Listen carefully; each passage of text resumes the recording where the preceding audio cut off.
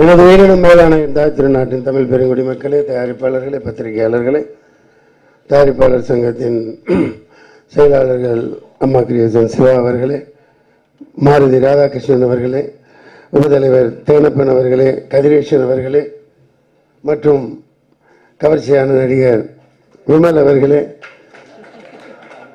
கவர்ச்சி கலைஞர் power star அவர்களே, இயக்குனர்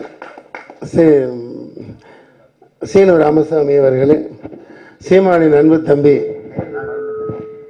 நாகேந்திரன் அவர்களே, பயங்கரமாக சீருகிற சீமானின் தம்பி அவர், மற்றும் இங்கே பதுங்கி ஒளிஞ்சி உட்கார்ந்துருக்கிற விஜய் சேதுபதி அவர்களே, ஐயா பெரியவர் எஸ்பிஎம் அவர்களே, மூத்த இயக்குனர் திலஜன் ஜிஎன் ரங்கராஜன் அவர்களே, சிங்கம்புலி அவர்களே, வாயப்பார் பொத்திக்கிட்டே இருக்கார், திறந்தா கடிச்சிடும். அந்த பாப்பா வேற பயந்து போய் வேறு சிங்கம்புலின்றுச்சு. ஏன்னா சிங்கம் புலி ரெண்டையும் பேரில் வச்சிருக்கனால அடைமொழி என்ன கொடுக்க தெரியல அவங்களுக்கு. இயக்குனர் எழில் அவர்களே, புதிய கதாநாயகன் முரளிகிருஷ்ணன் அவர்களே, அந்த கதாநாயகி பார்க்க ஒன்றும் தெரியாத மாதிரி உட்காந்துருக்காங்க. வரையில் அவ்வளவு கிளாப்ஸ் வரல. ஆனால் அவன் அல்வா கொடுத்து முத்தம் வாங்குவான், ஸ்வீட்டு கொடுத்து முத்தம் வாங்குவான். இந்த ஹீரோ என்னடான்னா மிளகான்னு நினைக்கிறேன், பச்சை மிளகா இல்லை, பச்சை மிளகாயை கடிச்சிட்டு பச்சைக்குன்னு ஒரு முத்தம் கொடுத்த பயங்கரமான முத்தமாக இருக்கும் இல்லை? ஒரே டேக்கா பின்னிட்ட போ, உங்க தாத்தா இப்போ பெரும்பட வேண்டியதுதான் போ. ஏன்னா கொடுக்குற வாங்குறவர் தானே இவர், கொடுக்க தைரியம் வேணும்ல. பச்சை மிளகாயை கொடுத்து டைரக்டருக்கு பின்னிடும்பா. இயக்குனர் யுரேகா அவர்கள், நானும் யுரேகா அப்படின்னு ஏதோ மொரோக்கா கிங் மாதிரி நிற்கிறார் அவர். சின்ன பையனாக இருப்பான்னு பார்த்தேன். அப்புறம் பாக்கியராஜர் தான் சொன்னார், இல்லைங்க அவர் வயசில் சின்ன பையன் தான் சத்தியமா, கொஞ்சம் உருவம் மாடு மாதிரி ஆயிடுச்சு. ஸோ அதுதான் டைட்டில் மாடுன்னு பிடிச்சிருக்காரு. அது என்ன மாதிரி ஆளு கொடுக்காம, ஏன்னா நம்ம தான் பொதி சுமக்கிறோம், நம்ம தான் பழைய இதை சுமத்துக்கிட்டு இருக்கிறோம். அழகான ஒளிப்பதிவாளர் எங்கேப்பா அவர், ஐயோ எம் சுகுமார். அவர் ஒளிப்பதிவு, அதாவது அவர் கேமரா கொண்டு போகிறாரா என்ன கொண்டு போகிறாரான்னு தெரியல. அவ்வளவு அசத்தில் உலகத்தில் பல பாகங்கள் அவருக்காக காத்து கிடக்குன்னு நினைக்கிறேன். நம்ம கண்ணுகளுக்கெல்லாம் அந்த பிரதேசத்துக்கு போனால் ஒன்றும் தெரியறதில்ல.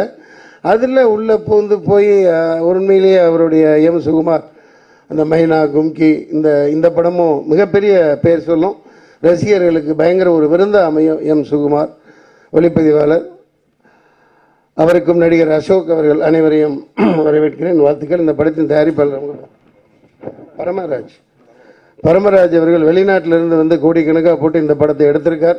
அதனால தயாரிப்பாளர் சங்கம் சிறந்த முறையில் நல்ல ஒரு இன்ஃப்ராஸ்ட்ரக்சர் கட்டமைப்பை வெளியான பல 70% வெளிக்காடு வெளியில் பார்க்குறாங்க.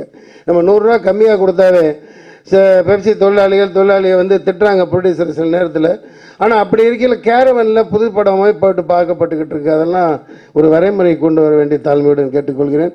நம்ம கோழி எப்படி எல்லா குஞ்சுகளையும் விரித்து காப்பாற்றுமோ, அப்படியே பரவலாக ரெக்கையை வச்சு பாதுகாக்கிற மாதிரி இந்த தாய் தமிழ் தயாரிப்பாளர்கள் சங்கம் அனைவர் நலனையை பாதுகாக்கணும், அனைவருடைய ஒத்துழைப்பும் வேண்டும்னு கேட்டுக்கிட்டு, இந்த தொப்பி அழைப்பிதழ் கொடுத்தாங்க, ரொம்ப அசத்தலாக இருந்தது. டைரக்டர் யுரேகா நீங்கள் டிசைன் பண்ணதில்லை.